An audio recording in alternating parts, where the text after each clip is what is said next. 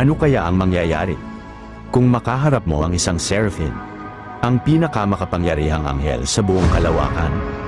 Isipin mong nakatayo ka sa harap ng isang nilalang na may hindi masukat na kapangyarihan. Ito ay isang seraphim. Ang anghel na may 6 na pakpak at may kasidhian na lampas sa pag-unawa ng tao.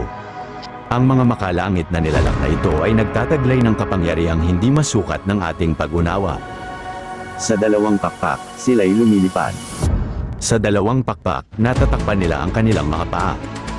At sa natitira pang 2, tinatakpan nila ang kanilang mga mukha bilang tanda ng paggalang sa harap ng Diyos. Sa aklat ni Isaias, sila ang mga naglalagay ng nagbabagang uling sa mga labi ng propeta gamit ang mga sipit, nililinis siya. Sa pahayag, ang mga anghel na ito ay nakatayo sa harap ng trono ng Diyos sa walang hanggang pagsamba. Nagpapahayag ng hindi magkatulad na kabanalan at awtoridad. Ngunit kung makatagpo ka ng isa nang walang proteksyon ng banal, agad kang malulugmok sa kanilang nagniningas na presensya. Ang kabanalan ng mga anghel na ito ay napakatindi. Walang sino mang tao ang makakaalam nito.